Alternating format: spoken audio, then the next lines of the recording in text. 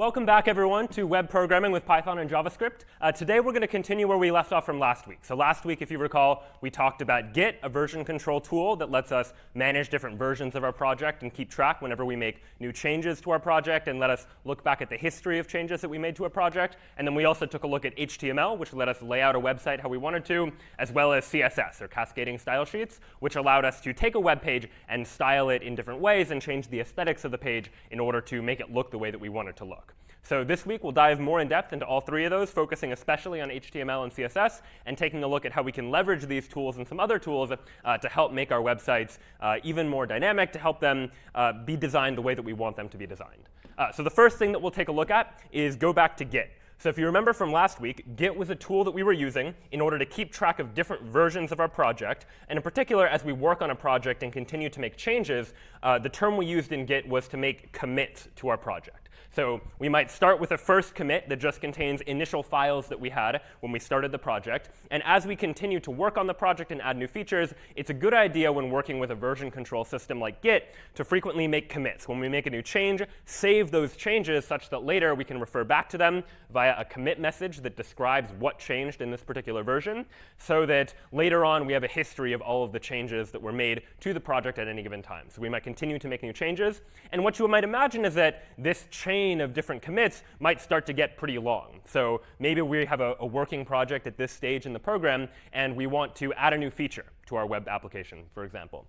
So at this point, we might start working on a new feature here by adding another commit. We might make more progress on that new feature, keep working on that feature. But what if at this point, while we're midway through working on some new feature to our existing web application, we realize that there was some sort of bug, some bug in our web application that occurred way back here that we want to quickly fix so that we can ship out a new fix so that people aren't sitting with that bug for a long time? Well, this linear structure where every time we make changes, we just save those changes one after another, that makes it pretty challenging to say, I want to fix a bug back here. We could, of course, reset and go back to this stage and fix the bug and then keep working on the new feature. But we've already made these new changes to the new feature, so it sort of starts to get a little bit messy at this point. So Git has this in mind when it was first designed. And so that's why Git has a tool called branching. And what branching effectively allows us to do is, rather than just have a single linear progression of the entire project, where each change always follows on the change immediately before it, and that's the only path that we have to follow, branching lets us take our project in multiple different directions. It lets us maintain one branch that will be our master branch, the original version of our code that's supposedly the version that's always usable, and then lets us have other branches that allow us to work on different features that are still in progress, and later take those branches and work them into the original code. So to take an example, we might start with that same first commit and still continue to make changes. But when we're in a stable place and we want to try to add a new feature and start working on that new feature, rather than just add that feature immediately after it, what we can do is we can branch off, begin a new branch, and say, OK, let's start working on this new feature in a separate branch from the original project, and keep working on that new feature on that other separate branch. Then at this point, if we come to that same realization, the realization that, oh, way back here there was some bug in the code, some bug that we would want to fix, rather than try and reset and go back here and figure out how to get back to where we were before, we can just switch back over to this branch, fix the bug there, and that way we're in a position where we now have these two separate branches, this one original branch that has that fixed bug, and then this other branch whereby we started working on a new feature and we kept working on a new feature. And this is especially helpful if it's not just you that's working on the web application. If you and multiple other teammates are also working on the same application, you might imagine this as saying you are working on one branch, going off in one direction, working on the project, and some other person, some collaborator you're working with, is sort of going off in a different direction, working on some different feature, but also on the same project. And later, when you're ready, you can do what Git calls merging. In other words, taking two separate branches and then combining them together. So we might label these branches. This is what we would generally call the master branch, which is the default branch, the original branch that we started out with. And then these other branches, you can have as many as you want. You can name them whatever you want. In this case, I've just called this branch feature to represent the fact that this is a branch that's representing a new feature that we would want to potentially add to this existing web application. Git also has a bit of additional terminology that's useful to know. Git uses the capital phrase head to refer to where we currently are in the repository. So if you're working on the project and you're currently working on the master branch, then head points to master. In other words, where you are in the repository right now is the master branch. That's the code you're working with. But Git makes it very easy to change where head is. If you wanted to go to the feature branch or check out the feature branch, as Git would use with its terminology, you could very easily check out the feature branch, moving the head to the feature branch, and now you can continue working on that feature. And so only when you feel comfortable with the feature, when you feel comfortable with the bug fixes, can you then merge the two together by having another commit that combines two previous branches and merges them back together into one. And so this concept of Git branching is very helpful whether you are working on different parts of your own web application and have different features that are happening at once that you want to develop separately but then combine together later, or if you and collaborators are working together on a project where it's very easy for you to work without having to worry about what someone else is doing, and only when you're both ready with your separate features do you then want to merge them together and figure out how to resolve any conflicts that might come about where you and another collaborator have potentially edited the same line of the same file, for example, that you can then deal with by resolving those merge conflicts like we saw last week. So we'll take a look at an example of that just to give you a sense for how this would actually work on the command line and how we would actually do branching. So I have here a lecture 1 repository. And right now inside of lecture 1 is just a file called index.html. So index.html is right now just a test website that has title as test, and inside the body is just the word test. This is just a sample website that we're going to use to demonstrate the idea of branching. So maybe I'm going to make a commit to this file. Instead of saying test in the body, let's say something a little bit nicer. Let's say hello world.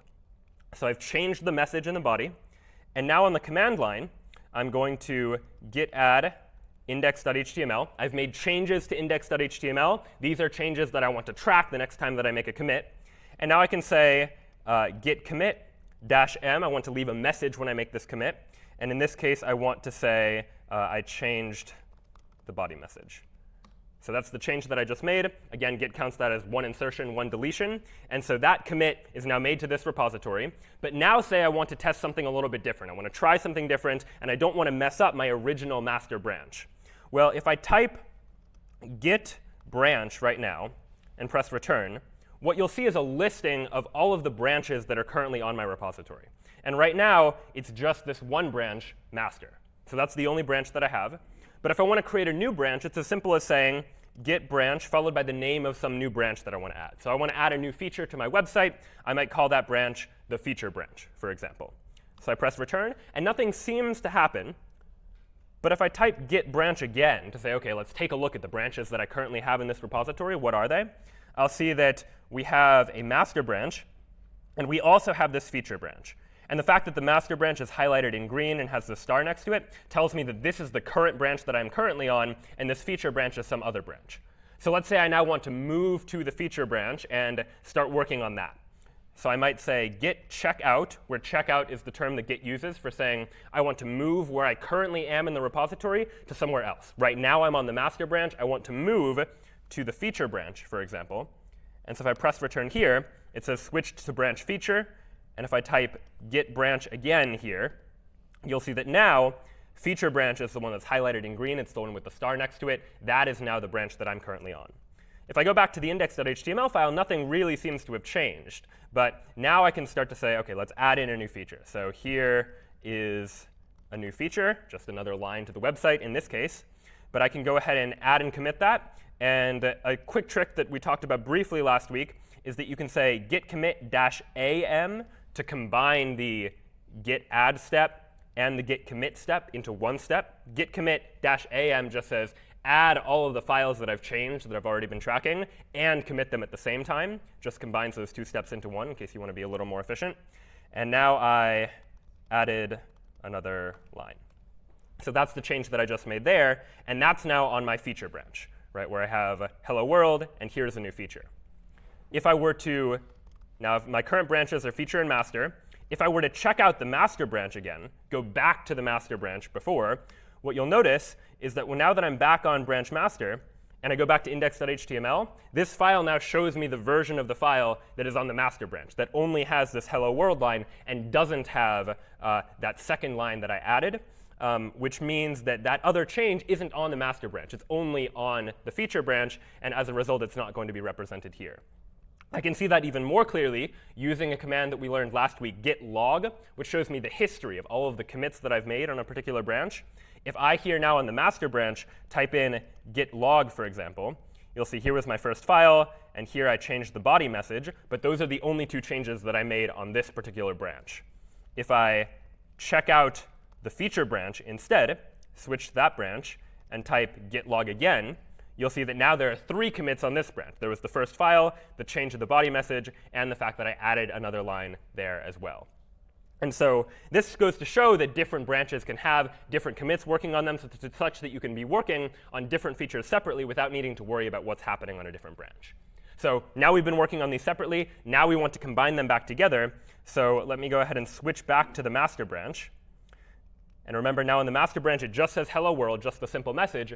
If I now want to take what was previously on the feature branch and merge it into the master branch, while on the master branch, I'm going to type git merge, followed by the name of the branch that I want to merge in. In this case, that's the feature branch. And that's saying take those commits that are on the feature branch, and let's merge them into the master branch.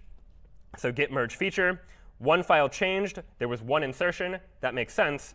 And now, even though I'm on my master branch, if I check the file, I see that second additional line that was added there.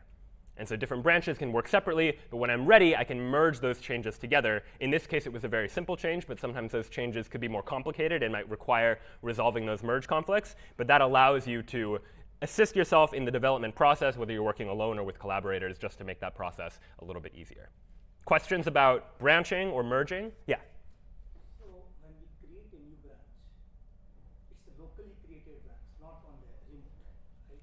Correct. Great question. So the question is, if I create a branch on my computer, what happens to the GitHub repository where I originally cloned the code from?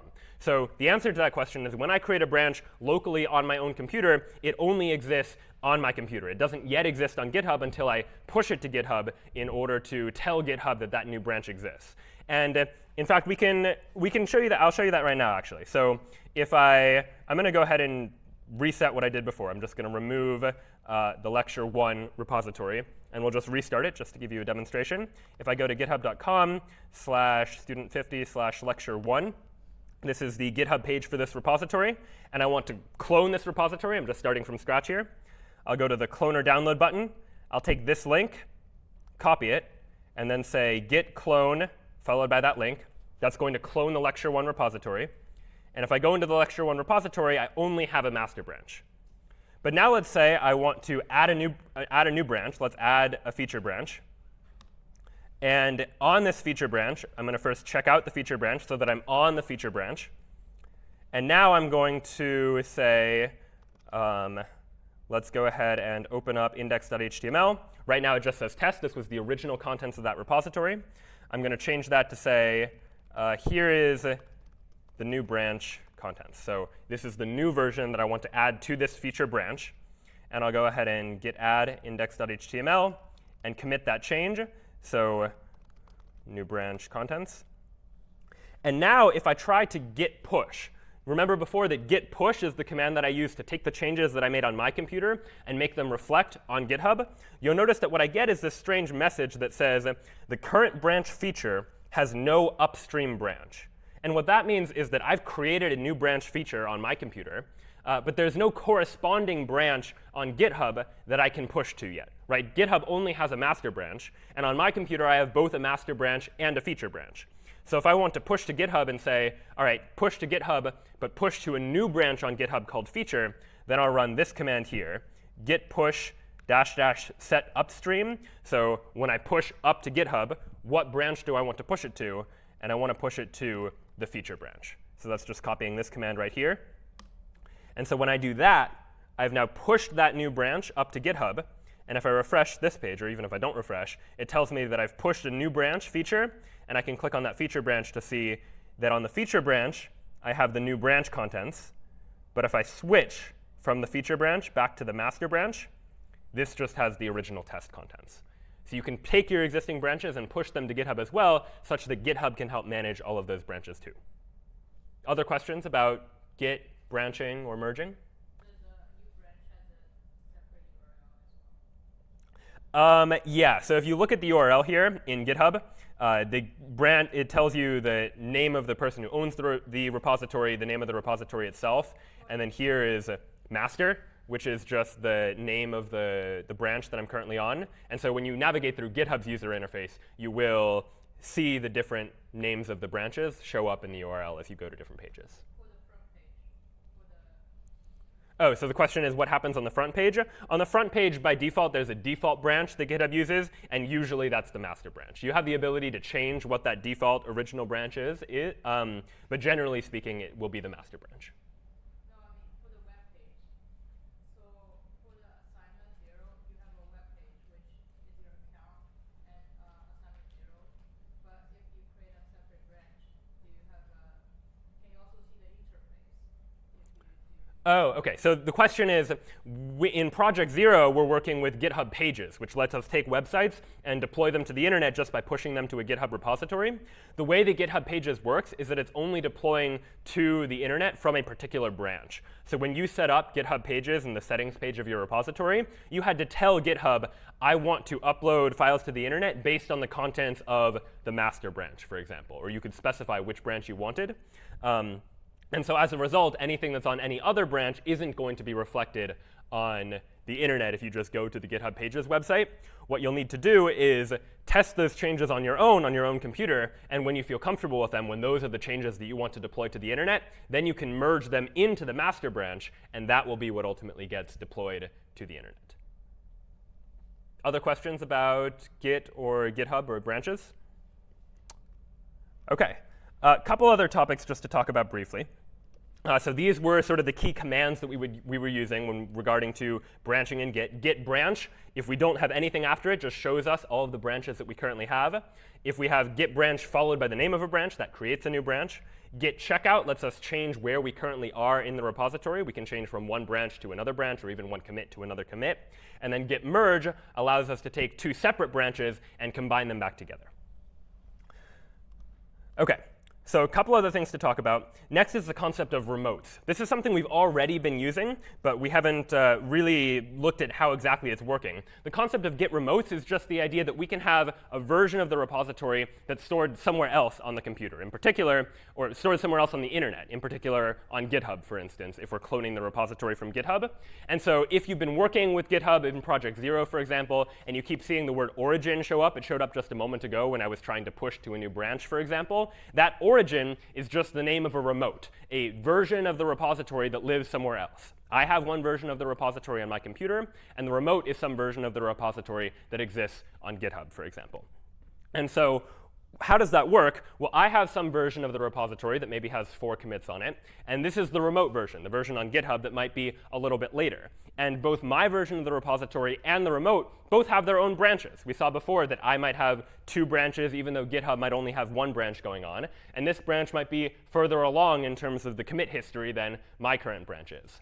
And so if I wanted to work with this remote version of the repository, what I might do is run a command called git fetch, which just means go to the remote, this online version of the repository, and download all of the latest commits. And so when I run git fetch, it's going to take those commits from the origin, this version of the repository stored on GitHub, and download them locally so that now I have this origin master branch, the master branch from my origin remote, and I have my current master branch, which is still here.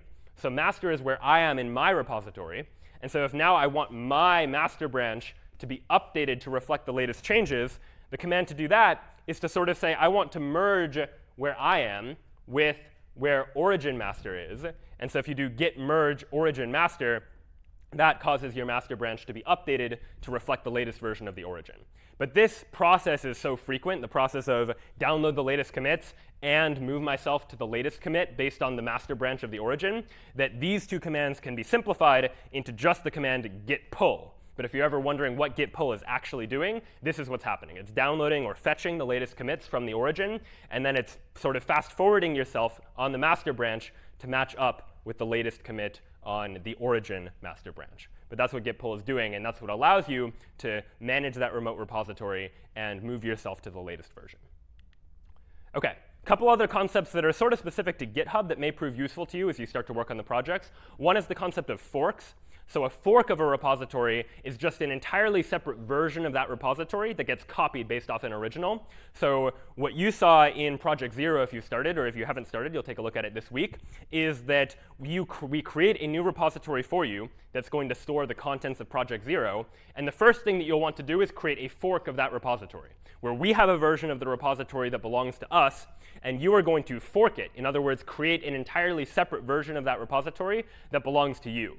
And so on that fork that you own, you can do whatever you want to it. You can add new branches, you can push to it, you can pull from it, and you can manage it entirely. And all of that won't affect the original version of the repository. So if you ever look at open source projects, projects that many people on the internet are contributing to, very frequently there will be one version of the repository that's the original version of the repository, and different people that want to contribute to that project will each independently fork that repository, take their own version of the repository, make their necessary changes to it, and when they like their changes, when they'd like for those changes to be merged back into the original version of the code, they'll submit what's called a pull request. And a pull request is just a fancy way of saying that you would like for your changes to be brought in from one branch of some repository to some other branch of the same repository or even a different repository. So when you submit Project Zero, for instance, you'll do that via submitting a pull request to the original version of the repository. And you'll often see pull requests as a good way of getting feedback or comments from other people that you're collaborating with on projects. They're an easy way of saying, I've made these changes. I would like someone to review those changes before we merge them into the master branch of a repository, for example. They're a good sanity check and a way to take a step back and take a look at the code that you're about to merge before you actually perform that merge. So I'll show you an example of that now. So over here, we set up we had on the lecture 1 repository a master branch and a feature branch, where on the feature branch I had added some new changes and added some new code. And now if I want to submit a pull request, in other words, say I like this new feature branch, I would like for it to be merged into the master branch, I'll just click the compare and pull request button on the right side of the feature branch. And I'll just go ahead and click the create pull request button. And so this is a GitHub-specific feature that lets whoever owns this repository see that I am proposing to make these changes to the code. You can see what changes I'm proposing to make. Remove this line, add that line. And what this allows us to do is to have a conversation about the changes that I'm proposing to make. It allows for people to request that new changes get made. And this is a common paradigm if you see projects on GitHub where people will use the pull request feature as a way of getting feedback and working together collaboratively on projects. And so you'll get an opportunity to play around with forks and pull requests over the course of Project Zero, and you'll find more information about that in the instructions. But just wanted to give you a look at it so that you can get a sense for what the interface looks like and ultimately how that works. But now let's take a step away from Git and start going back to actually designing web pages and structuring our web pages and organizing them, in particular by taking another look at HTML. So last week, we took a look at the basics of HTML, how we might structure a website using nested tags. If you remember, those tags took the form of an open angled bracket, then the name of the tag that we wanted, and then a closing angled bracket. And using just that simple syntax, we were able to create lists. We were able to add images into the content of our web page. But thus far, we've only been interacting with a single page. We had one something.html document where we put in a bunch of tags, and that rendered a web page that displayed some contents. But modern websites and modern web pages nowadays don't just display content and that's it on one page. They'll very often need to interact with other pages, in particular by linking to other pages, such that you click on a button or click on a link and that takes you somewhere else. So let's take a look at how we might actually do that if we wanted to write HTML code to connect multiple different websites together. So what we'll take a look now is we will look at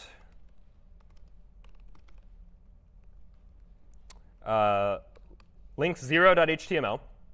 And so what we see in links0.html is just a standard HTML web page. As we remember from before, doc type HTML just means this is an HTML5 document, a document written in the latest version of HTML. This HTML says this is the beginning of the HTML content of the website.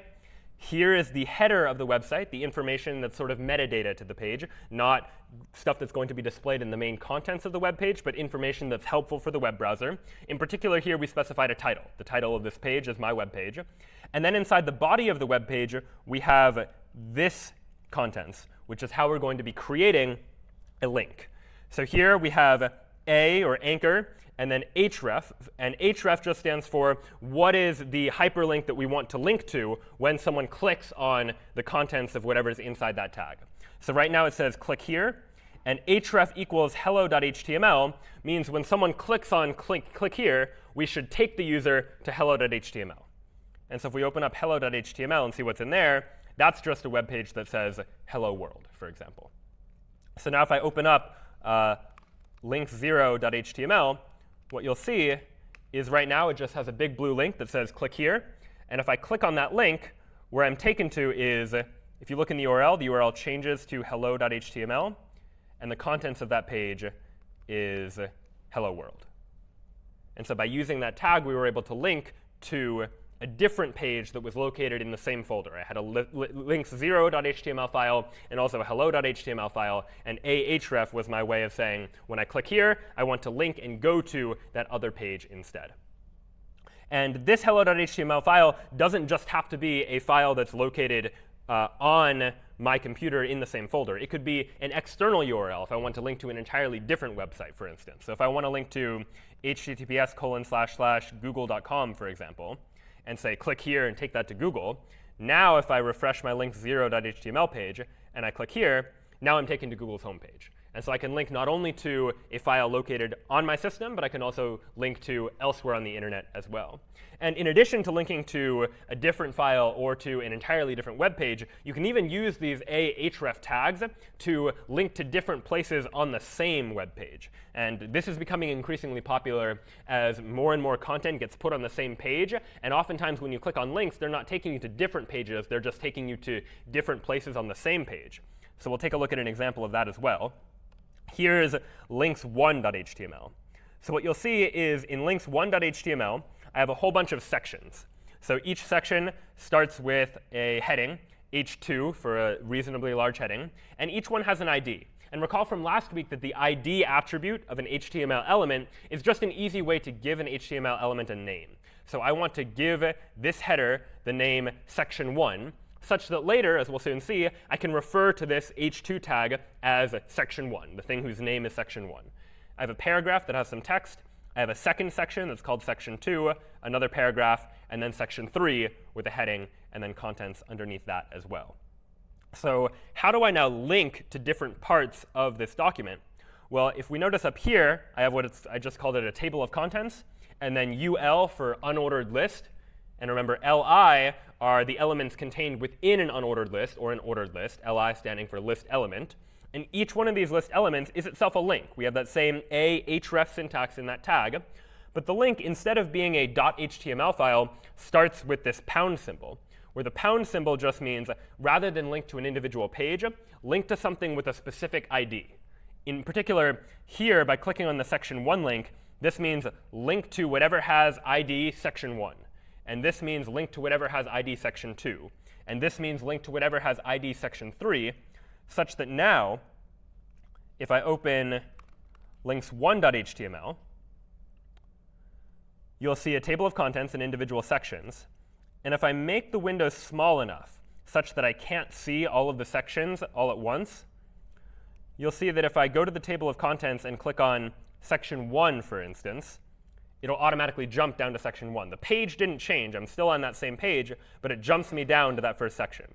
And if I instead click on section 2, by clicking on that link, that'll jump me down to section 2 on the web page. And likewise, clicking on section 3 jumps me down to section 3. And the reason that this page knows about all these relationships is via that ID attribute. The fact that every place I want to link to has that ID, identifying it as section 1, section 2, section 3.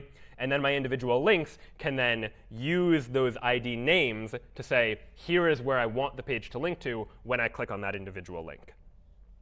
Questions about linking between pages? Yeah? Is it possible for more than one, for the same ID to be in more than one place, or is that not possible? Good question. So the question is, can the same ID show up in more than one place? And the answer is no. In HTML, there is sort of a rule, which is that an individual ID can only appear once on any given page. So you should never reuse the same ID in 2 different spots on the same page. IDs are meant to be unique. So when I refer to something by ID, there should only ever be one of those things. If we want to refer to a group of things by the same name, there's a different attribute for that called class. And if you give multiple different things the same class name, then it's possible to refer to a group of things all at once by referring to that class. Great question, though.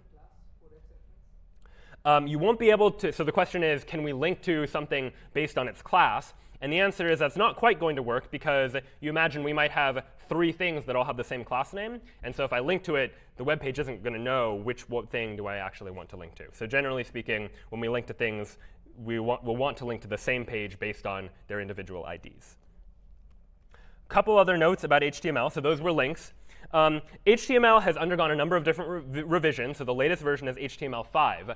Back in HTML4, if we wanted to organize our website into different parts, you might imagine that a more complicated website might have a header at the top of the website. It might have a navigation bar, whether on the left side of the website or a banner across the top, for instance. It has some main content and maybe a footer at the bottom that has copyright notices or other links or whatnot.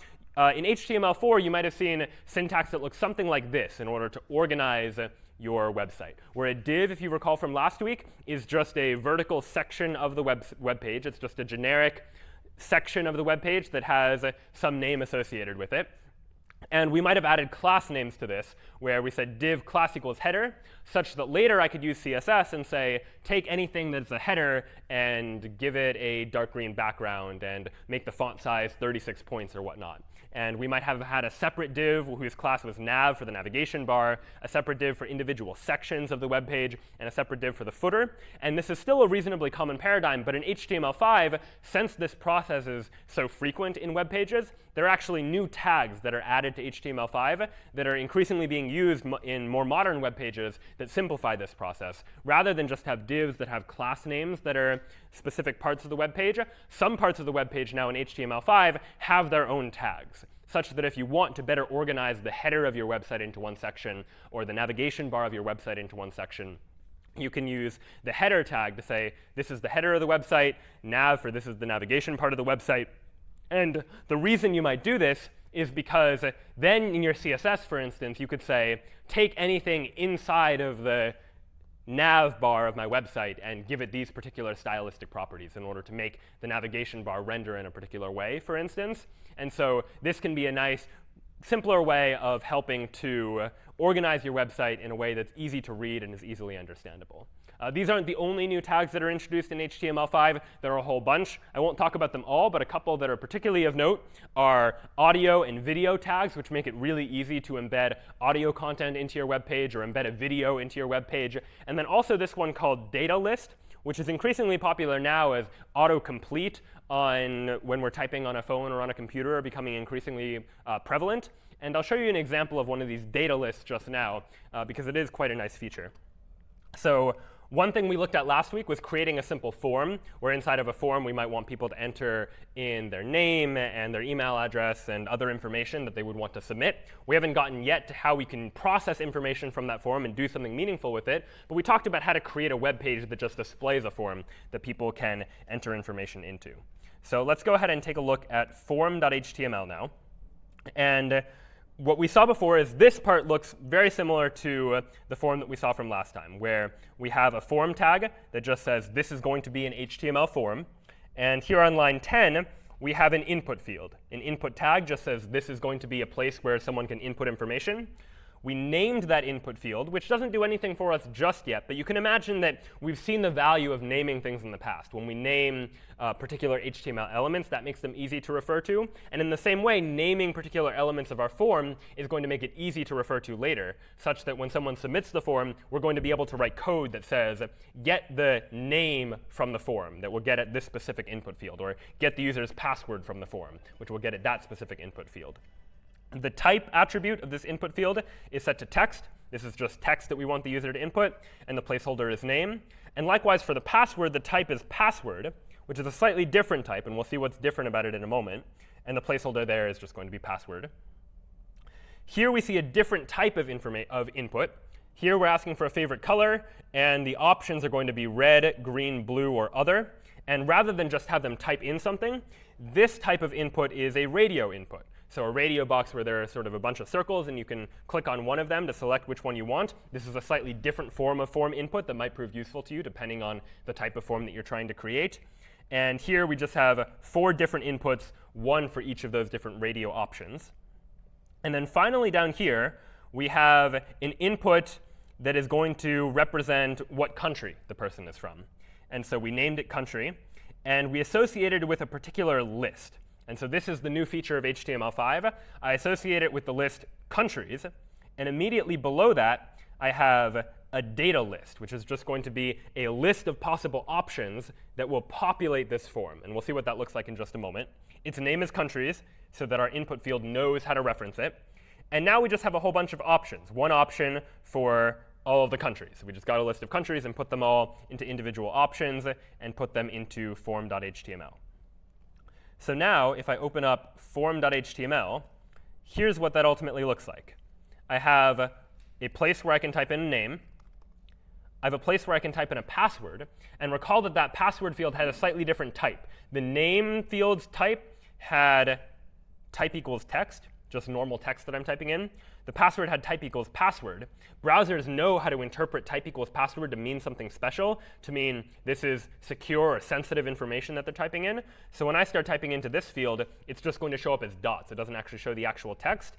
And that I got just by saying type equals password. And the browser knew to interpret that as secure password information, stuff that shouldn't just be displayed as text on the screen.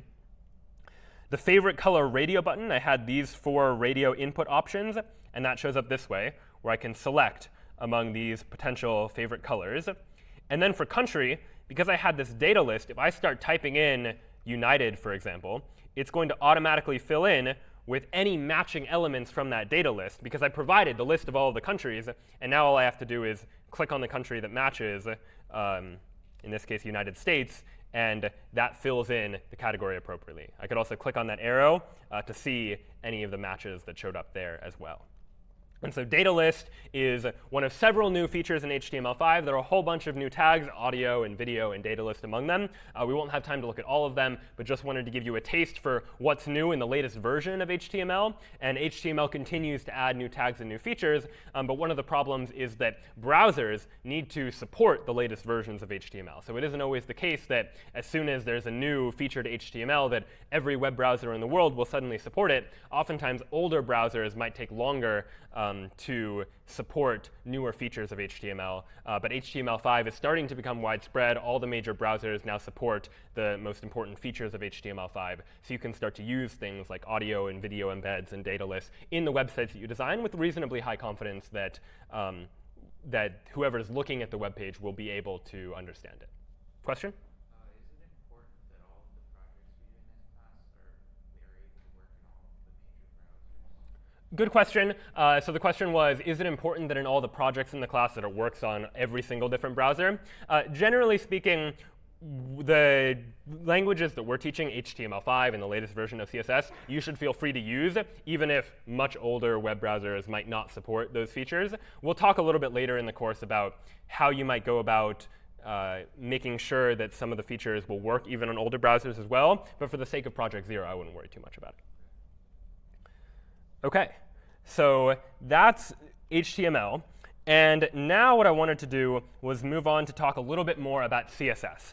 So CSS, which stands for Cascading Style Sheets, was the tool that we used last week to style up our website. In the form we just saw, everything was sort of black text. It was all in the same font, and it wasn't particularly aesthetically pleasing. And what CSS allows us to do is have a lot of control over how the website actually looks, over the colors and the fonts and the layout and ways things are organized. And we're going to spend basically the rest of the lecture today talking about how to make that website look good, because there's a lot that goes into organizing the website and styling the website in such a way that it's going to be visually appealing and that things are organized the way that we want it to look. And in particular, in the modern day and age, where people are looking at websites on a bunch of different platforms, looking at them on their laptops and on their tablets and on their phones, it's important to think about and consider how different websites might look on different platforms and to make appropriate adjustments in order to make sure that if you look at the website on a computer, it looks good, but it will still look good even if you look at the website on a phone, for example. And so we'll explore some of the tools and technologies we might use in order to do that. But let's start by looking at some of the more advanced features of CSS to have even more control over how it is that we want to style our website in order to have a lot of control over that individual style. So let's take a look at this example. So this is an example that is similar to something we saw last week, just to give you a refresher on what CSS looks like in terms of code. We see that inside the body, we have two headings. Here's one big headline, and here's a smaller headline. Recall that H1 is the biggest headline, H2 is the next biggest, all the way down to H6. And up here in the style section of the page, we've included some CSS content. And so here what I said is H1, comma H2, where the comma just means I want to apply styling to multiple different things. I want to apply styling to the H1s and the H2s.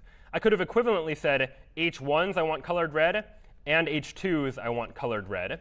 But oftentimes, if you find yourself repeating yourself, it's a good idea to look for ways to simplify. And this is a paradigm that we're going to be returning to later on in this lecture. But to make this simpler for now, we can just say H1, comma H2 to mean I want this styling to apply both to H1 tags, the big headlines, and H2 tags, which are the slightly smaller headlines, such that if I open up multiple.html now, what I see is the big headline, which is red, and the smaller headline, which is red as well. But in addition to the comma that just lets us select multiple different things, there are a bunch of other CSS selectors that let us be very precise about selecting particular parts of our website that we want to style and styling them in particular ways. On these simple websites that I'm about to show you, they might seem a little bit trivial, but as your websites start to get more complex and start to have a bunch of different moving parts to them, it can be very helpful to be able to be very precise in selecting particular parts of your website that you want to style in particular ways and making sure that only those elements get styled in a particular way, as opposed to all of the elements on the web page, for instance. And so no need to worry about memorizing all of this. All of the CSS selectors are very well documented, and it's easy to look them up in order to find a particular selector that works for you. But I'll show you these now just to get you a sense for what you can do with CSS and the amount of control and precision that you can have over CSS selectors, such that they may serve as inspiration as you go ahead working on Project Zero or other websites that you want to be styling potentially in the future. So let's go ahead and open up descendant.html. And so what's happening here inside the body of this website is that we have a couple things going on. So inside the body of the website, we have an OL, where OL stands for ordered list, which is just a list where things, instead of being bulleted like an unordered list, are numbered. Thing number 1, 2, 3, and the web browser will automatically number those things for us. And we have a bunch of list items. So list item 1, list item 2, and inside of this ordered list, we have a list inside of the list. So if you sometimes see websites that have nested lists, or lists that have sort of a left side and then an indented part that's a list within the list, this is all this is. Another list inside of the ordered list that is a sublist. Sublist item 1, sublist item 2, and then another list item that's part of this original ordered list. So if you think back last week to where we talked about the DOM, that tree that shows how different HTML elements are nested within other HTML elements, you can think of this as the OL, the ordered list, containing 4 different pieces. One list element, another list element, an unordered list, which itself contains 2 list elements, and then a final list element in the ordered list. And so what styling do we want to apply to this? Well, here we're saying that we want to apply styling to OLLI. Recall that so there's no comma here. It's just OLLI. OL stands for ordered list, and LI stands for list item. And what styling the OL space LI is going to say is I want to style all of the list items, the LIs, that are contained within an ordered list, or all of the list items that are descendants of the ordered list, equivalently. And so all of those list items I want to color red, for an example. And so now if I open up descendant.html, we see that all of the list items, including the sublist items, are all styled as red. And so why did the sublist items get styled as well? Well, it's because the only rule that this CSS is following is that if there is a list item, an LI, that is a descendant of or is contained within an OL, an ordered list, then it's going to be colored red. And this list item here, even though it's inside of an unordered list, is still inside of this broader outer ordered list, and so it's going to be styled as red additionally. If I add another list that's entirely outside of the ordered list, and say UL for unordered list, and I might say here's a second list here, and here's another item. So this is an unordered list that's outside of the ordered list. If I refresh the page now, this second list is not styled in that same way, because these are, yes, list elements or list items, LIs, but they're not contained within an OL. And so as a result, they don't get styled in the same way as all of these individual list items do. Questions about how that space operator works to select just any descendants of a particular HTML element and specify those specifically as the ones to be styled. If I just do OL, not LI, just OL, the color red on OL, it's the same thing, right? So the question is, if in this case we were to omit the LI entirely and just say, OL, I want it to be styled red, would that do the same thing? In this case, yeah, because if we style the ordered list, everything within it is ultimately a list item, and so it's going to be styled red as well. But you can imagine more complicated cases where the outside tag might have a bunch of different types of tags within it, and if we only want to specify certain elements within the outer element to be styled, that's when having a second thing after it can often be helpful. And we might take a look at a couple examples of that later. So that worked for selecting any descendants. And the way to think about how this is working is that we have these list items, which are, you can think of as children of the ordered list, and these list items down here, which you can think of as grandchildren of the ordered list, where we have the ordered list and then the unordered list, and within it are the individual list elements. What if I only wanted to select the immediate children, but not the grandchildren, the ones inside of it? And so for that case, what we want isn't the descendant selector that selects all of the descendants, but rather a selector that is just going to select for us the immediate children. And so let's take a look at child.html now, which is going to be the same body contents. We still have an ordered list with individual list items and a sublist contained within it. But here's the difference in the style tag, just a minor syntactic difference. Rather than OL space LI, we have OL greater than sign LI. And that greater than sign is CSS's syntax for specifying an immediate child. So OL greater than LI is going to only select list items that are immediate children, directly descended from any ordered list, and it's going to color those as red and ignore anything else. So if we open up that website and take a look at what that looks like by opening up child.html, this is the result. Right? The immediate children of the ordered list, the numbered items, all show up as red, but the sublist items, the things that are contained within the unordered list inside of the ordered list, those aren't styled. Those are still colored black because they're not immediate children of the ordered list. They're grandchildren of the ordered list. And so I'll show you that code again, just so you can take a look at it to get a sense for what's going on there. Questions about the distinction, though, between the descendant selector and the immediate child selector? OK. There are a couple other selectors that are useful to just see so that you get a sense for what you can do with which HTML and CSS styling. One is going to be in attribute.html. So in attribute.html here, and all this source code is going to be made available after the lecture if you want to take a look at it, we have here a form where that form is very similar to the types of things we've already seen, where we have an input field for the first name, an input field for the last name, and an input where the person looking at the web page can type in their age, for example. And what you notice is slightly different about these is that first name and last name have a particular type. Their type is text. They're text that we want the user to input. And their age, on the other hand, is going to be a number. The type is number. And what some web browsers will do is when the type of an input field is a number, is they will try to help you restrict the valid inputs that you can type in. Have you ever seen a HTML input form, for example, where they're expecting a number, and if you type a letter, nothing happens? That's because the web browser might know that the type of this input field is a number, and so I better not allow anyone to type text into that input field because it should only ever be a number. And so that's what that's doing there. But what that allows us to do is style things in particular ways. And so CSS also allows for styling things based on individual attributes. And so before we saw how we could style any generic tag, but here what we're looking at is I want to add styling to input fields, but only the input fields where the type of that input is text. And I can use any attribute name and value here. It doesn't just need to be input types. It can be any time where we've seen attributes added to HTML elements. So we saw like src for images or href for links. Those are all attributes that we can use the attribute selector for in order to style them in particular ways.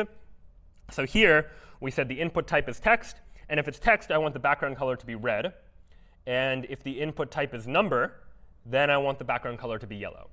So I'm delineating between different input fields based on their individual attributes to say, here's the way I expect certain attributes to behave. So if I open up attribute.html now, here's what I see, where these are all input fields. The only difference between them is particular attributes that they have. And first name and last name are now places where I can type in text, and their background color is red. And age, because it has a type of number, is going to display a background color of yellow. I've allowed myself to be more precise about the way that I select elements in order to style things exactly the way that I want them to be styled. And ultimately, that's what CSS selectors are designed to help you do. They're designed to help you be more specific about the way that you work with CSS and the way that you select individual elements to help make the process of designing a web page that looks the way you want it to look all the easier. So a couple other things to look at. Let's take a look at different types of selectors that operate in different situations. In particular, CSS has the notion of what's called a pseudo class. And a pseudo class is just a special state of an HTML element. Because a web page is not just something that gets displayed and the user sees it and that's it. The user is often interacting with that web page. They're hovering over things. Their cursor is moving around the page.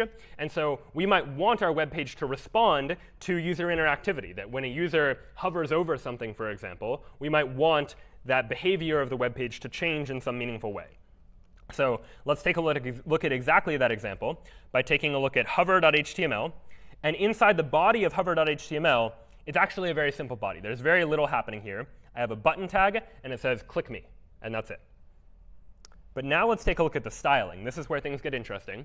So inside the style of this web page, I have a couple things going on. I've said take the button, and here are the things that I want you to know about how we should be styling this button. It should have a width of 200 pixels, a height of 50 pixels. The font size will be 24 pixels. Those are just arbitrary numbers that I chose to make the button look a little nice. And the background color of the button is going to be green. But here, this colon syntax is what I call a pseudo class, representing a specific state of the HTML element. In particular, this is what happens when the button is hovered on, when the cursor moves over that button. And in particular, what I'm saying here is that now I want the background color to be orange instead. So I want to change the styling of the website based on a particular state that an element might be in. So if I now open up hover.html and take a look at it, right now it just says click me. It's a green button. But as soon as my cursor moves over the green button, it changes to orange. Right? I have that hover pseudo class attached to this button such that it knows that when something hovers over it, the styling of it should change. So this allows the styling of a website to vary depending on how the user is interacting with it. And so you may have seen this type of thing happen where when you hover over something that's important, it changes color or it grows or it does something different with its styling. And oftentimes this is how it's working, just pseudo classes that are placed on CSS elements to make them behave in certain ways. In addition to pseudo classes, CSS also has what's called pseudo elements, which are ways of affecting particular parts of an HTML element. And so I'll show you a couple examples of that now. These are a little bit less common, but are still things that may come up. So I'll show you before.html right now. And so in before.html, what I have here is an unordered list of links. Here's one link, here's another link, here's a third link. And right now, they all just link to #. In other words, don't really do anything. We're not linking to any external website. But for each of these links, these A tags, I have this pseudo element before. And what this is saying is I want to apply some styling that happens before the contents of the actual link.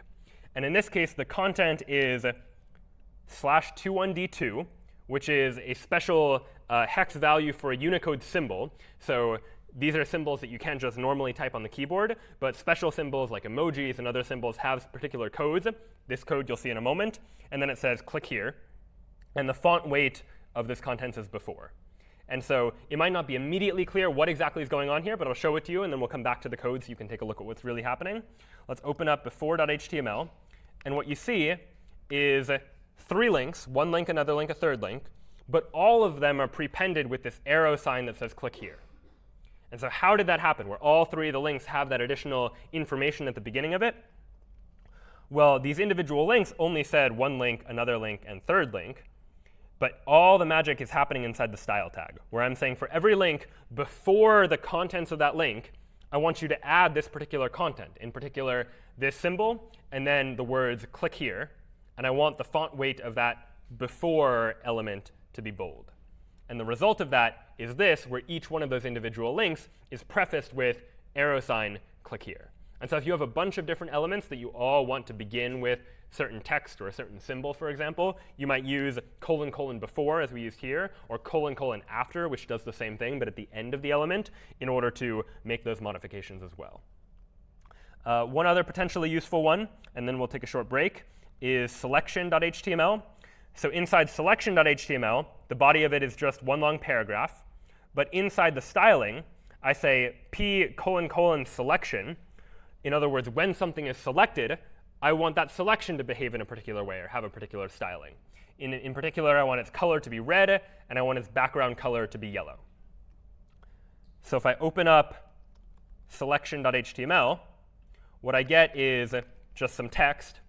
But if I highlight that text, it highlights in a very particular way. It highlights where the text I'm highlighting is red and the background is yellow, because I'm specifically saying I want, when I highlight the contents of this paragraph, for the styling to appear in a particular way. And so that's something that you can do as well. And so a bunch of those CSS selectors are summarized here. We have the multiple element selector, where a comma separates two things to say I want styling to apply to both of these things. The descendant selector for when I want to select everything contained within something else. Immediate child for immediate children, but not grandchildren or great-grandchildren of an element. We didn't see this one, but the adjacent sibling selector lets you select something that comes immediately after something else. So two elements that are sisters to each other in the tree, rather than one being the parent or containing the other. We saw the attribute selector that let us say that inputs that are numbers should be treated as different from text inputs, and then pseudo class for things like when I'm hovering over an element, and then pseudo elements for saying before the contents of a page or after the contents of the page. Again, no need to memorize all of that, but these are just a sample of the CSS selectors that you can use in order to have a lot more control over the contents of your HTML page. When we come back, we'll dive even more into CSS, not looking at CSS selectors specifically, but looking at how we might take a web page and make it more mobile responsive, for example, and use some more advanced CSS features. But for now, we'll take a short break, and we'll be back in a couple minutes. OK, welcome back. So now what we're going to do is take a look at how we can go about making our web pages mobile responsive. In particular, responsive design is generally the idea of trying to make sure that our web page is going to look good regardless of what platform we look at it on, whether that's a desktop machine or a laptop or a phone or a tablet or any other device. We want the website to look good across all of that variety of platforms.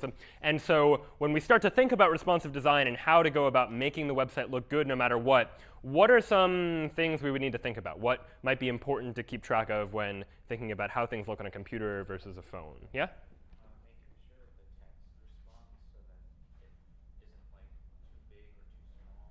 Making sure the text responds right. Yeah, different screen sizes might adjust for, might require differently sized text in order to make the text look good. Sometimes if you look at older websites that aren't really designed for phones and you try and look at it on a phone, all the text feels like squished into the center of what's called the viewport, the area of the phone that you see web content on. We'll talk about ways that we can go about fixing that. Good point. What other things might be relevant to consider when we think about going from bigger screens to smaller screens or different platforms the websites need to exist on? Everything has to move, basically. If you have something on the big screen, you make a small screen, it still has to fit into the same screen. Yeah, things need to move around a bit. You might need to, it might not just be a matter of making everything smaller in order to fit on the mobile screen, but if you've got a desktop website that has a bunch of different columns worth of stuff, maybe 3 columns of information, and you want to shrink that down to a mobile screen, now suddenly you can't just squeeze all 3 columns into the same narrow window on the screen. You might want to stack the 3 instead, rather than have all 3 separate. And so we'll talk about ways that we can go about making those considerations and making sure that our web pages are able to adapt to those sorts of different types of platforms and different screen sizes. And so the first strategy that we're going to be using here will be a number of different strategies, but one strategy that we'll use are what are called media queries. And so a media query is a specific way of assigning CSS not to a particular HTML element, but to a particular HTML element on a particular type of media. So that type of media might be particularly sized computers or particularly sized phones, or even the difference between how you want a website to look when you are writing the code for it to appear on a screen versus how you want the website to look if someone prints it out, for example, on a printer. Because maybe when someone prints your website on a printer, you want the content of the page to look different than if you were just writing websites that were going to appear on computer screens, and you might want those to be different. And so let's take that as a first example and take a look at our first media query.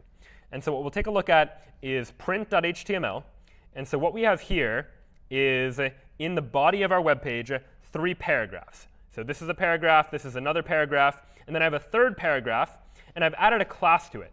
And that class is going to be called screen only. That's just a name I made up, but it's useful for me to know that this is going to be a paragraph that is only going to show up on computer screens. When I print it out, it's not going to show up, so this paragraph won't appear when you print this page. And you might want this if you have particular instructions for, like, click on this button or click on that button that are relevant when someone's looking at your web page on a screen, but aren't very relevant if someone wants to print out the contents of your web page, for instance. And so how do I go about styling that? Well, this is what the style header looks like here. I have this @media, which means create a media query. I want to apply CSS styling, but only in particular situations, only in particular cases. What case do I want to apply the styling in? Well, in this case, I said @media print. In other words, this styling I only want to apply when the media, or the medium via which my web page is being viewed, it's being printed. And then .screen only. Remember that dot is a way of specifying select everything with a particular class name. Down below, we had a paragraph whose class name was screen only. And here I'm saying take anything whose class is screen only and set its display property to none. And if you haven't seen this before, display property being set to none means make it not visible. In other words, it's not being displayed. And we'll see other examples of the display property later. But what's the result of that going to be? Well, again, I have 3 paragraphs. Here's a paragraph, here's another paragraph, and here's a paragraph that won't appear when you print the page. And if I open print.html, what I see is those 3 paragraphs. And on my screen, they look totally normal. There'd be no way to tell that this paragraph is any different from the other 2 paragraphs. But if I go up to the File menu and I try and print this, if I were going to print this web page out, then the result that I see in this preview is that I see this is a paragraph, I see this is another paragraph, but that third paragraph isn't there. Right? That paragraph is now being printed. And in my CSS, I said when the media that I'm trying to use when viewing this page is a screen, I want that paragraph to have a display property of none. I don't want that paragraph to be visible. And by doing that, I'm able to control how that web page appears on particular mediums. So that allows me to make sure that this paragraph doesn't appear when I print the page. But of course, printing is just one example of a different medium on which I might be looking at content. The more frequent case nowadays is probably that I have content being viewed on differently sized devices, that I have a computer with a very wide screen, a tablet with a slightly narrower screen, a phone with a screen even narrower than that, and I want to make sure that my website responds to those changes as well. So how might I go about doing that? Let's take a look at responsive0.html. And in the body of this website, it's very simple. All it says is a headline that says, welcome to my web page. And that's the only content of the web page in the body. But now let's look at the styling. What's going on here? I have more @media queries, but this time instead of specifying @media screen for here's the media for what style it should look like when something is being displayed on screen, or @media print for when I'm printing something out, I have @media min width 500 pixels. And what that means is that the styling that follows is CSS styling that should apply whenever this page is being viewed in a window that's at least 500 pixels wide. And in particular, when the window is at least 500 pixels wide, I want the entire body of my web page to have a background color of red. Meanwhile, for @media max width 499 pixels, that's saying the exact opposite. That if I'm on a smaller window where the maximum width of the web window is 499 pixels or anything smaller than that, then I want the body's background color to be blue. And so this allows me to change the styling depending upon how wide or how narrow a particular web page is. So if I open up responsive0.html, what I see is welcome to my web page, and the web page background is red. And so that tells me that based on the contents of my code here, the background color of red should only apply when the width of my viewport, the width of my window, is at least 500 pixels. So what happens now if I try to shrink that website and make it less than 500? I can grab the end and just shrink down this website, and watch what happens. It's still red, but as soon as it shrinks below 500 pixels, it changes to blue. Right, above 500 pixels, it's red. Below that, it's blue. And that's a first example of how we might change the styling of our website depending on how big or small the screen that we're looking at it happens to be at that time. So what are some other examples of that? What's a more practical use case? So in reality, we probably don't care all that much about we want the wider screen to have a red background and the smaller screen to have a blue background. But we might care about something like this, which is a little more involved. But I have a body, and right now my headline is empty. It's just an H1, sort of an empty headline. But we're going to fill it in with content, but that content is going to differ based on the size of the screen. So here, I've said at media, min width 500, same as before. When the width of my screen is at least 500 pixels, then before the H1 tag, the first thing that should show up in my heading should be the content, welcome to my web page. But on the other hand, if the size of my web page is 499 pixels or smaller, then I want the content of my H1 tag to just be the word welcome. Maybe because on a smaller screen, I don't want a longer headline that might wrap onto 2 lines, for example. I just want a shorter headline that's going to look a little bit better on a smaller screen. And so what would that ultimately look like? Well, it's going to be the same thing as the background color, but just instead of changing the background color, we're changing the contents of what's actually displayed on the screen. So I open up responsive1.html, and right now it just says welcome to my web page, as if I had just had H1, welcome to my web page, and H1. But if I shrink the window now, when it would have normally needed to potentially wrap onto another page and I go beyond 500 pixels, the headline changes. Now it's just welcome. There's no to my web page because on the smaller screen, I want the smaller headline to appear. If I go beyond 500 again, go larger, then the full headline comes back. And so again, that's all because of these media queries that let me specify the min width or the max width of a particular of the screen that I want things to render on, and decide how I want the CSS styling to appear depending upon that screen size. One other thing you'll notice up here on line 5 is this sort of strange line. Meta name equals viewport, content equals width equals device width, initial scale equals 1.0. So sort of complicated line. All this line is saying, and you'll see this line in a lot of websites nowadays, is the viewport of my web page is just the visible area on the computer screen or the phone screen or whatever screen is being used to view the contents of the web page. And oftentimes in older websites, if you tried to view a website on a phone, it would just pretend that you were rendering the website on a computer and render it as a wide display, and then shrink it down onto the phone such that all the text on the phone was really, really small. If you've looked at websites on your phone, you may have seen this before. All this is doing is a line that's telling the browser to adjust the viewport to make sure that we're scaling it to the width of the actual device, that the width of the viewport should be whatever the width of the device is. And as a result, that will help to prevent text from appearing really, really small when you render it on a phone as opposed to on a desktop. This line is often just a good first step to throw into your web page when you want to make it mobile responsive, because that will help to make sure that the sizing of things appears appropriately. But the key of what we're doing here in order to make this responsive is these media queries that are allowing us to specify what CSS gets applied under which circumstances. And so this is just some of the basics of how we can use CSS in order to help allow us to style websites in particular ways depending on different devices. We can also use particular CSS layouts. And I'll show you a couple of these now. Again, no need to memorize exactly what's happening here, but just to give you a sense for what's available in CSS. But before I move on, question? Yeah, if you have both max and min, would you separate by a semicolon? If you had both, so the question. And max in the same, if you wanted to specify a minimum and a maximum. Oh, if you wanted to specify both a minimum and a maximum, I think there is a CSS keyword that allows you to combine 2 different media queries, so like min width 300 and max width 500. And I think you can look to I'd refer you to the CSS documentation just to look at how you would go about structuring that media query. What we're looking at here is a tool built into CSS called Flexbox. And what Flexbox is going to allow us to do is create a web page that looks something like this. So we have a whole bunch of elements here, and each one is labeled A, B, C, D, E, F, G, all the way through L, and there's 12 of them. And what might we expect to happen if we were to shrink this web page down and view it on a smaller device? Well, what we probably want to happen is we still want to see these squares, but we don't want to have to scroll too much to the left and right in order to see all 4. We'd rather have these individual cells rearrange themselves as we shrink down the page. And so watch what happens when I shrink this page. It originally shows me 4 in any given row, and I have 3 rows.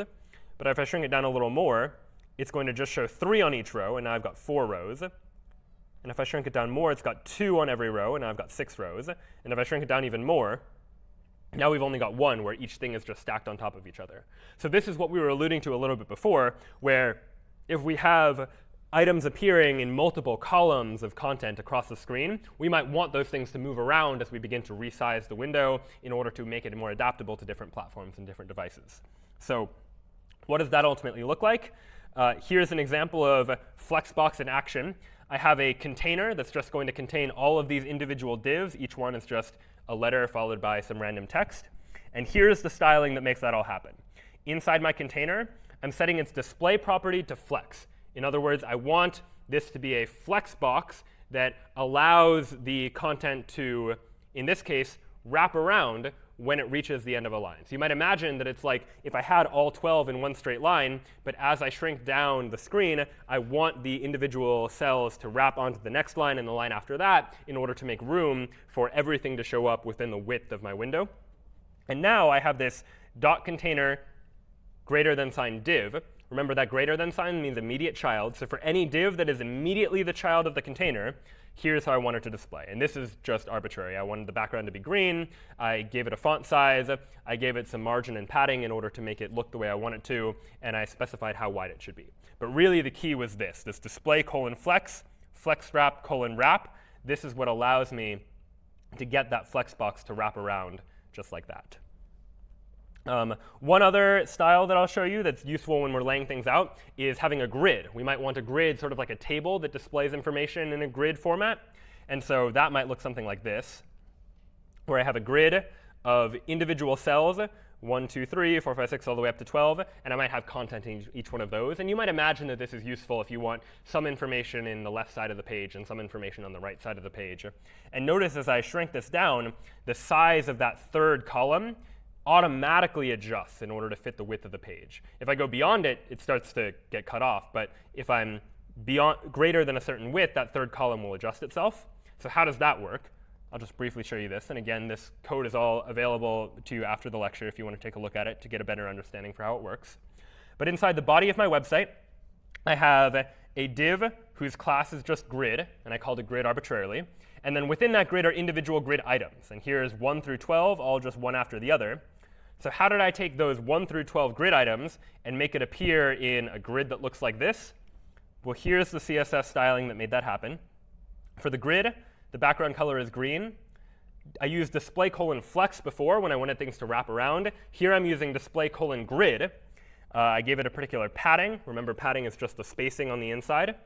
And I wanted the grid column gap, or the space between individual columns of the grid, to be 20 pixels, and the space between individual rows in the grid to be 10 pixels. And here's grid template columns. This is what allows me to specify how wide I want each column to be.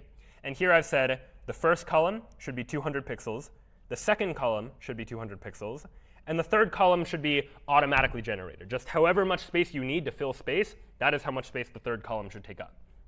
If I instead change both the second and the third columns to be automatically filled, then what I get is column 1 that will always be 200 pixels, but columns 2 and 3 that will now adjust themselves naturally in response to how I move things. And if I change all of them to auto, for example, now all 3 of them will just automatically respond to me changing the size of the website, and they will shrink and grow accordingly in order to fit. Question? Did the gap between these grids, 1, 2, 3, like they all are separated, right? I mean, it's because of padding or because of something else? Great question. So the question is, how did I get the spaces to show up between the individual grid cells? Those were 2 particular CSS properties. Here, grid column gap was 20 pixels. That's the space between individual columns. And grid row gap is the space between rows. If I change the row gap to like 50 pixels, for example, now there's more space in between individual rows. And so you can use the column gap and the row gap to control the amount of space that shows up in between the individual cells. But ultimately, this is starting to get a little bit complicated. And realistically, it would be pretty annoying if every time we wanted something to wrap on our new pages, we needed to remember exactly how the Flexbox worked and set up the Flexbox for ourselves. But luckily, nowadays, there are all these CSS libraries out there, which are ways that are CSS written by other people that we can then use in order to make our lives easier when it comes to making our websites mobile responsive, for example. And one of the most popular libraries is called Bootstrap. And that's the one I'm going to be introducing you to now. You'll get an opportunity to work with it in Project Zero. But Bootstrap is just an easy way of giving you access to some CSS that lets you make your website styled a little more nicely, make them a little more mobile responsive right off the bat without you needing to do a whole lot of work. And so if I open up nobootstrap.html, this is just a simple website, just like stuff we've seen before, where I have a heading that says hello world, and then a paragraph of text. And if I open up nobootstrap.html, this is what it looks like. Same sort of thing we've seen before. If I want to add Bootstrap to my file, all I need to do is in bootstrap.html, this is the exact same website, but I've added one extra line, this link line, where I'm linking a style sheet. I'm linking Bootstrap CSS file, which is located somewhere on the internet. And if you go to Bootstrap's website, you can find this exact line that you can put into your web page. And now everything else about my website stayed the same. All I did was add Bootstrap CSS. And now if I open bootstrap.html, the website looks a little bit nicer. You notice that there's some padding along the outside. You notice that the headline is in a slightly different font. This is Bootstrap's default style that you're welcome to change, but that is Bootstrap's way of just making your website look a little bit nicer, look a little bit more modern. But the real power of Bootstrap comes when you start to look at the way that Bootstrap organizes information and lays things out. So Bootstrap's layout system uses a column-based model where the website is divided into, or each row in the website, you might think, is divided into 12 individual columns. And you can control how many columns different things take up, recognizing that 12 columns is sort of the full width of your entire website. So let's take a look at column0.html. So inside the body of this website, here's what we have going on. I have a div whose class is row. Row is a special class in Bootstrap that just means this is going to be a row of my page that's ultimately divided into 12 columns. And here are my individual divs within that row, where each one has a class of call-3. And call-3 in this case just stands for this is a column that's going to take up 3 columns worth of space. So if I have a 12-column page, I can have 4 things that each take up 3 columns worth of space. And that's ultimately going to make up my entire row.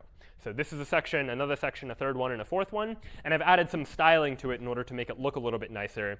I've added some padding on the outside, a background color, and a border. And you'll see what that looks like in just a moment. So if I open up column0.html, you can see that now I've got these 4 sections, these 4 individual columns that are each taking up 3 out of the 12 total columns that are on the Bootstrap grid layout. And notice if I shrink it down, some of the spacing goes away. You'll notice things automatically adjust a little bit. So it's designed to be very mobile responsive out of the bat. I didn't write any of the code or the CSS to help things resize and rearrange when the screen size changes. Bootstrap's doing that all for me. So that's 4 columns. But really what I would like is for these columns to move around depending on the size of the screen. That I don't just want it to be 4 columns, because once it gets to a really narrow device, these 4 columns, there's a lot of content in them, this is going to look really squeezed together, so to speak. So what might I do about that? Well, in this case, let's take a look at columns1.html. This is very, very similar, almost the same, with a couple changes inside the row. Before, every class inside these divs inside my row had a class of call-3 for we want this column to take up 3 out of the 12 possible columns that are present inside of the Bootstrap grid layout. In this case, I've done something a little more sophisticated. I said call-large-3 and call-small-6. In other words, on a large screen, where Bootstrap has defined for me what counts as a large screen by taking a look at what typical computer displays look like, what mobile displays look like, what tablet displays look like. But on a large screen, I want this div to take up 3 columns out of the 12 on my screen. In other words, a quarter of the total width. But on a small device, I would rather it take up 6 out of the 12, or half of the total width of the screen. And likewise, I did the same thing for each one of these individual columns within this row. And so on a large screen, we have call-large-3, large-3, large-3, large-3, where each column will take up 3 out of the 12 possible columns in the Bootstrap grid model.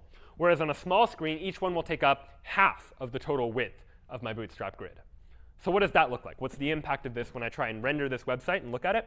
If I open up columns1.html, on a large screen, it looks exactly the same. I've got 1 column, 2, 3, and 4, where each column is taking up 3 out of the 12 available column spaces that Bootstrap provides to me. But as I make this smaller, what you'll notice is that once it gets to a certain point, in this case here, it changes from 4 columns, all in a row, to 2 columns on each row. Where before here, on a large screen, each column was taking up 3 out of the 12 possible columns that were available in Bootstrap. But on a smaller screen, each one's taking up half of that width. And the result of that is that the latter 2 columns, which don't fit within the 12, get moved on to another line entirely of their own. So I could have done this using Flexbox, like I showed you a moment before, where things start wrapping onto other lines as I start to reduce it. But Bootstrap, which is actually written using Flexbox, sort of abstracts that away and lets us just take advantage of defining how wide we want our columns to be on different sized devices. And Bootstrap takes care of the rest of making sure that things get rendered the way that we want them to. Question? So in the Bootstrap, right, you said that they define some classes internally, right? Question, yes. So Bootstrap does define classes within it. What happens if I'm using the same class name somewhere else in my HTML page? Great question. So the question is, Bootstrap defines a whole bunch of these classes. It defines row and call large 3 and call small 6 and so on and so forth. What happens if I, in my CSS files, am also using call large 3 or row as CSS? And generally speaking, your web browser is able to take multiple CSS files and try and reconcile them somehow by applying all of the styling together. But if the styling conflicts, if Bootstrap says this row should have this width, but you say the row should have some other width, then one of them ultimately needs to take precedence. And generally speaking, the one that takes precedence is the one that is more specific. So if you had said that I want the styling to apply to any row that is the child of some other thing, then that will take precedence over just a generic, I want rows to be styled in a particular way. But generally speaking, it's a good idea to be mindful. And if you were defining classes of your own, oftentimes it's a good idea to give them different names from the ones that Bootstrap does, just to avoid having that conflict at all. How about like container? Container is a class in Bootstrap, right? Correct. Container is the class in Bootstrap. The width 1200 pixels by default. Yeah, Bootstrap. I want to increase it. I want to use this one, but I want to use some 1400 pixel width for the container. So if you want to take the Bootstrap classes and add your own styling to them, you can sort of override Bootstrap, so to speak, by adding CSS code that refers to Bootstrap's classes, but you can add additional styling of your own to them to make them display the way that you want them to display. And you can experiment around with that to see how that ends up actually working. But Bootstrap, in addition to providing this grid layout, also has a host of other features. And we're not going to have time to go through all of them, but I'll show you a couple of interesting ones here. For instance, Bootstrap makes it very easy to create alert messages. So these are some sample alert messages, just generic news, good news, and bad news.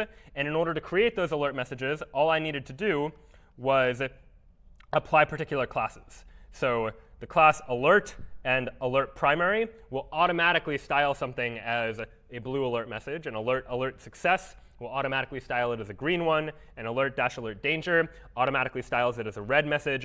And so this makes it very easy to add these alerts to my code because Bootstrap has already written the styling for how to make them display in a way that looks nice. And if you're curious and you want to use more of Bootstrap's elements, you can go to Bootstrap's website, which I believe is getbootstrap.com. And if you go to their documentation on Bootstrap's website, you can look at all of their components. So here what we just saw were Bootstrap's alerts. You can see all of Bootstrap's alerts, and here is the code that you can just copy and paste in order to create alerts that look in a particular way. Bootstrap also has special styling for buttons that appear in different colors and different sizes, and they tell you what classes to add to your buttons in order to make your buttons styled in a particular way to make them look a little bit nicer. And there's a whole lot of other features and styling that Bootstrap adds. You can just scroll through this list and get a sense for some of the features that Bootstrap gives to you. And by using some of these features, you can start to make your website look a lot nicer much more quickly by taking advantage of the work that Bootstrap's already done. So one last topic that I wanted to talk about today with regards to CSS and how we might go about styling our website is what happens when our style sheets start to get a little more complicated and get a little more sophisticated. So I want to take a look at variables.html here. And you'll see why it's called variables in a moment. But right now I have inside of variables.html an unordered list, a UL, and an ordered list, an OL. And let's take a look at a sample CSS file that I might use in order to style this variables.html file. I have UL, which is set to font size 14 pixels and color is red, and OL, which is font size 18 pixels and color is also red. So these two lists are going to be displayed in different sized fonts, but I want their color ultimately to be the same. I want their color to render as red either way. What if, and maybe that's because the generic style of my website is that I like the color red and I want my web page to render things as red. But what if later on down the line I decide, well, wait a minute, I'd really rather that my list be blue instead of red. In this case, I would need to go back to two different places, to the unordered list and change the color to blue, and the ordered list and change that color to blue as well.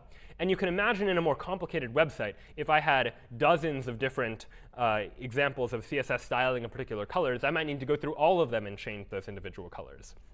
And it might not be as drastic of a change as red to blue. It might be just a slight shade of red that you want to change, and you want to change it in many, many different places. And having to change it independently on each separate line is ultimately going to start getting tedious. And remember, we talked about before, if you ever find yourself repeating the same thing over and over and over, you should always think about, is there a better way to do it? Is there something else we can be doing instead? And if you're familiar with programming and programming languages like C or Python or any other language, then you might be familiar with the concept of variables, where we assign a variable a value once, and then we can reuse it multiple times. And if we change that variable's value, then that variable's value is changed everywhere, so to speak. And so what we're going to do now is introduce an entirely new language, which is built on top of CSS called Sass. And what Sass is it's an extension to CSS that gives us a little more power and a little more flexibility when it comes to designing CSS style sheets. That lets us programmatically generate style sheets in a more advanced and more powerful way.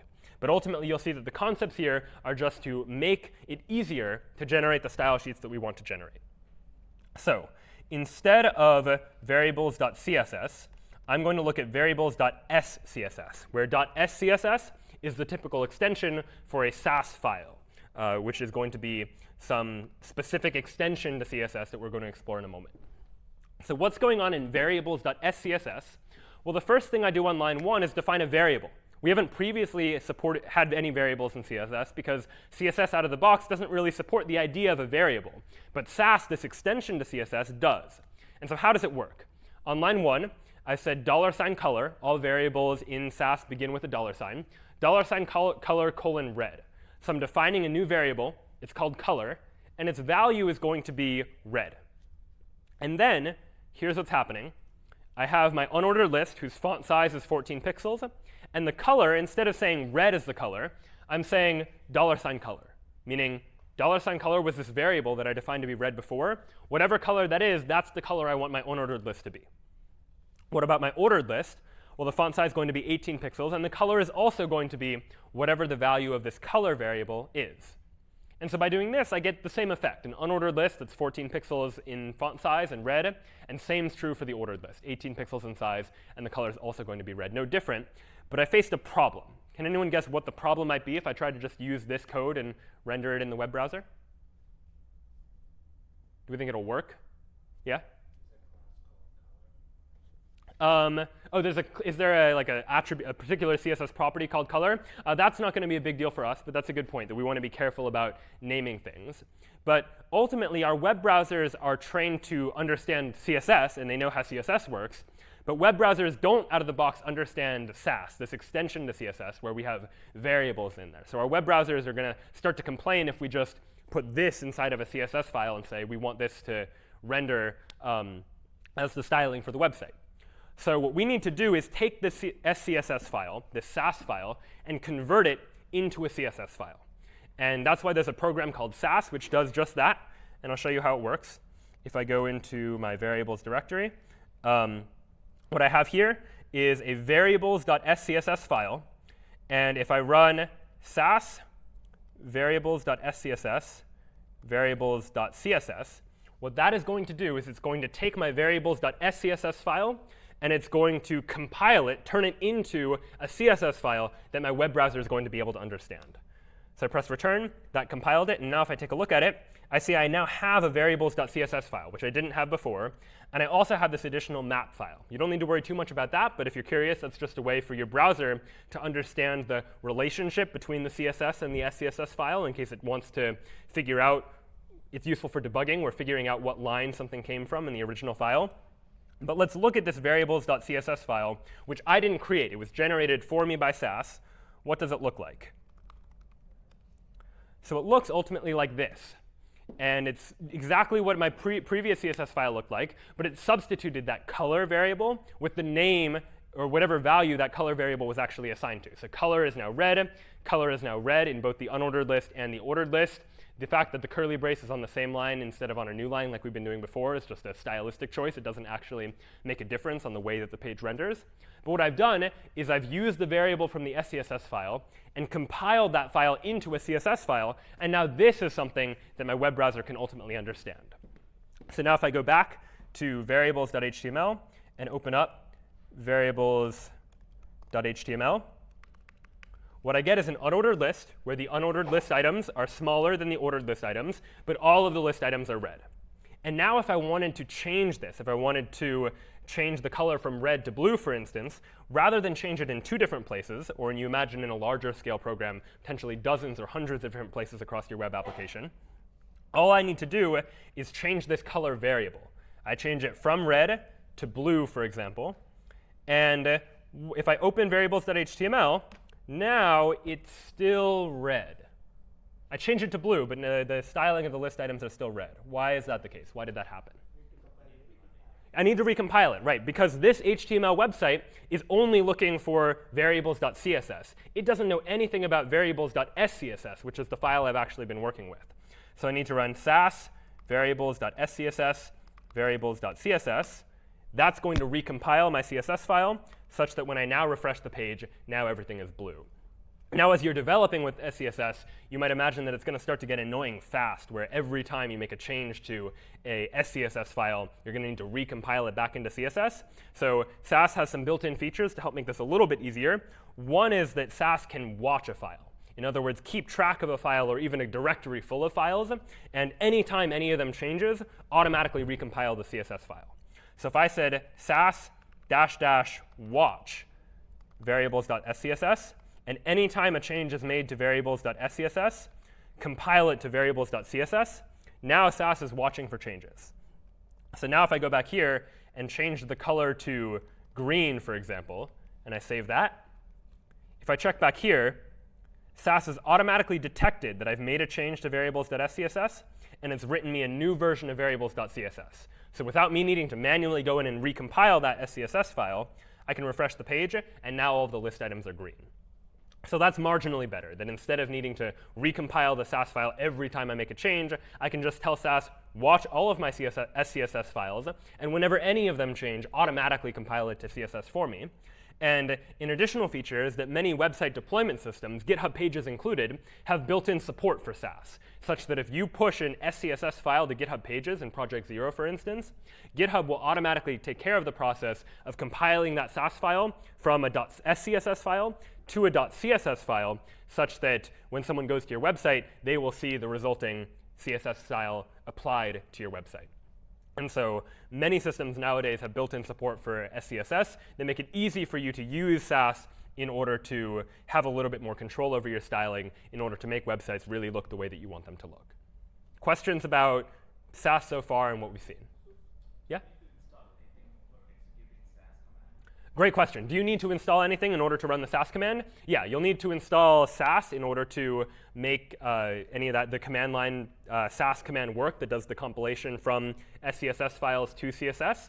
If you never want to do the compilation yourself, if you want to just rely on GitHub to do that compilation for you, then you don't need to install anything. You can just push an SCSS file to GitHub Pages, and GitHub Pages will, on its own, convert it into CSS. But if you want to test that compilation locally to see what the resulting CSS looks like, then you'll want to install Sass. It's a freely available, pretty small piece of software that you can just install onto your computer the same way you installed Git or other software in order to make that easier. Other questions? Yeah. Yeah, what if I had multiple CSS files? Like if we downloaded the Bootstrap CSS file and I defined all my colors in the SCSS file, Mm-hmm. can I have the other CSS inherit from that? Great question. So the question is, how does Sass work when we're dealing with multiple different files? Sass has a built-in command that actually lets you import existing CSS from a different file into a Sass file. So there's built-in support for multi-file style sheets built into Sass. We won't see any examples of that in this lecture, but if you go to the Sass website, you'll find examples of how they're able to incorporate different files into the same file in order to use variables that are defined in a different file in a separate style sheet. Great question, though. One more question? Yeah? So we never add any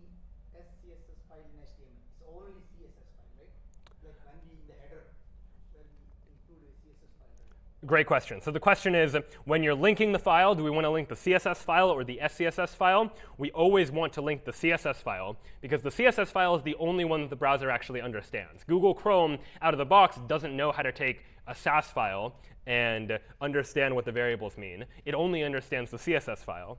So what we need to do is say, reference the CSS file, and then just make sure that somehow, either us doing it ourselves or letting GitHub Pages do it for us, get that SAS file compiled down to CSS such that we can then use it for our own purposes.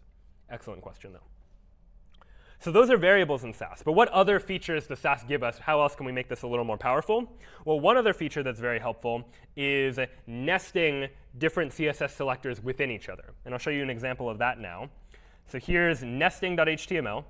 So inside the body of nesting.html, I have a big div, inside of which is a paragraph inside the div, and also a list inside the div, an unordered list with 3 list items that are all inside of this div. And outside of that division of the site, I have a paragraph that's outside of the div, and a list that's also outside of the div. So sort of a trivial contrived example, but just going to show you a bunch of different hierarchies via which we might organize different HTML elements. And I want to style them in a particular way. So let's take a look at nesting.scss. And so here's the contents of nesting.scss. I have div, font size 18 pixels. And then within the div's curly braces, I have an additional p. And what that p is standing for is that I want this styling to apply to any paragraphs that are inside of a div. Now notice that this isn't anything we couldn't have done before with just regular CSS. We could have said on a different line, div space p, and then color equals blue to say paragraphs inside of a div should be colored blue. But nesting things within each other just helps to organize things a little more, especially as our style sheets start to get longer and more complicated. We might find it easier to organize our code into something like this, where we can say, all right, how are we styling the div? Well, the font's going to be 18. Any paragraphs within it should be blue, and any unordered lists within it should be green. And that just helps to organize our styles a little more, such that as they get longer, it gets easier to look at and easier to maintain. So when I compile that using SAS, which I've already done, I'll show you with the resulting nesting.css file, or actually, I'll do it now. I'll go into my nesting directory, where I have a nesting.scss file. I'll go ahead and compile nesting.scss to nesting.css. And we'll take a look at what that file looks like. And what it's ultimately done is done exactly what we would have done before if we didn't have SAS at our disposal. It said div's font size is going to be 18. And then where before we just had p inside of the div, it's changed that to div space p. In other words, all paragraphs contained within a div are going to be blue, and all unordered lists within the div are going to be green. But instead of needing to specify this div every time, we were just able to, in our SCSS, have a slightly simpler, slightly easier to look at interface that tells us how things are going to be styled inside the div. So if I open up nesting.html, what the result is that the paragraph gets styled as blue, the list items get styled as green, but only the ones that are inside of this part, which was that original div, and anything outside of it doesn't get styled in that particular way at all. So that nesting feature is just another nice to have that SAS offers. SAS offers a number of different other features, but the last one that we'll take a look at today is the concept of inheritance.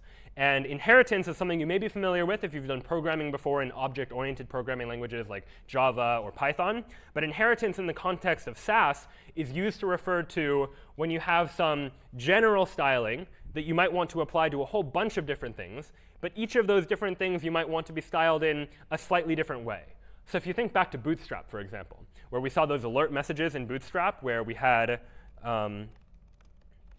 I'll open it up, where we had like a blue alert, a green alert, and a red alert. What if we wanted to create this sort of interface for ourselves without using Bootstrap, where we wanted different alert messages that were different colors? Well, you might imagine there's a lot of styling that goes into this. There's a particular font that they're using. There's a particular font size that they're using for all of these alert messages. But also, all of these alert messages are different. This one's blue, this one's green, this one's red. And as a result, they need slightly different CSS styling. But they're fundamentally very similar. So there's a lot they share in common. If we were to write out the CSS by hand, we might have a lot of repetitive styling, where we have the styling for the first alert message that got a lot of the same stuff, then a blue information. Same thing for green and red. But with SCSS, we can use the concept of inheritance to factor out all of those commonalities in order to make it easier and more efficient to generate CSS that lets us have styling that inherits from some overarching property. And so let's take a look at what that looks like. by opening up inheritance.html. So what I have here is, without using Bootstrap, I have 3 different divs. This is a success message. This is a warning message. This is an error message. One's class is success. One's class is warning. One's class is error. So those are my 3 classes that I have to deal with. And I want to style them in a particular way, so they show up sort of like the Bootstrap alerts that we were looking at just a moment ago. So let's look up at inheritance.scss and see what's going on here. So what I have here is this percent message. And percent isn't something we've seen before. It's something specific to Sass. And it lets us define effectively a template, something that other things are going to inherit from. And this is just going to be a generic message, whether it's a success or a failure or an info message, just a generic message. And that message has a particular font family. It's going to be a sans serif font. It has a particular font size, 18 points, and it's going to be bold. That message is going to have a border around it, a 1-pixel solid black border around that message. And it'll have certain spacing, 20 pixels worth of padding and a 20-pixel margin. And that styling, I want it to apply to all 3 of my different categories of messages. Success messages and error messages and info messages alike all should have that same styling. And so how do I do that? Well, this is the code that I need now in Sass in order to define those 3 classes. My success class, I just say extend message. Take all the styling from the message before and use it, but let's additionally add that the background color is going to be green. Likewise, for the warning message, let's extend the message. It's going to have the same style properties as the message, but the background color is orange. And same with error, except now the background color is red. If I now compile that down to CSS, the result is that I get CSS code that applies this generic styling to all successes, warnings, and errors, and the specific background color to success, and a specific background color to warnings, and a specific background color to errors. And again, none of this is stuff that we needed Sass to do, but using Sass makes it a little bit easier. It's a little bit of a nicer semantic to say, here's a generic message, here's the styling for that message, and here is specific success, warning, and error messages that are going to extend or inherit from that message in order to add additional information, the result of which is a CSS file that we could have written ourselves, but that gets generated from the SCSS file. So if we now open up inheritance.html, this is what we get. A success message, a warning message, an error message. We see the spacing around each. We see the font size and the font style that we wanted it to be. But the difference comes in the different classes. One is a success message. One is a warning message. One is an error message.